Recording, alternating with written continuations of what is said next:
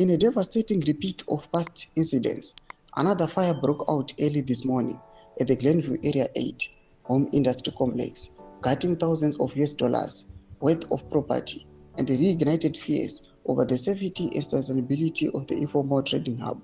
Sanapita mashoko onikonzi Glenview Area 8 panguva ino aiwa yoparadzwa nemoto chidestroy property yevanhu nezvimwe zvakadaro, but panguva ino vanhu panguva ino vanoramba kurwadziwa vanyatso kuona kuti aiwa muZimbabwe they are not safe.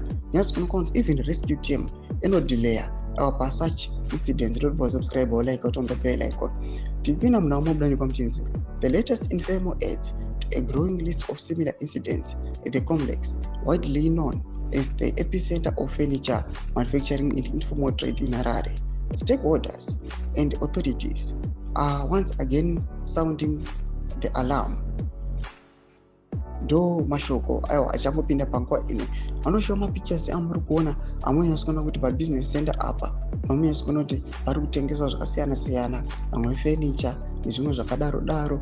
Panguva ino moto uchiparadza zvinhu sezvamuri kuona aiwa tikuona kuti this bepanhau rePansta News ndo rakacapture these pictures. Nasikuona kuti aiwa moto wakaparadza vanhu panguva ino munyika yeZimbabwe aiwa vanoramba vakabatikana nechitiko ichi. Vanyatso kuona kwakunzi thousands achidestroy kudai kunoonekwa kunzi the government pachayo must be swift pane zviitiko zvakadai, kuti kana kuchinge kwakolewa maambulances kana mafire brigade afana kukasira kusvika pamaincidents akadai kuti aiwa vanhu vasevhe property yavo and vasevhe mari dzavo nezvimwe zvakadaro.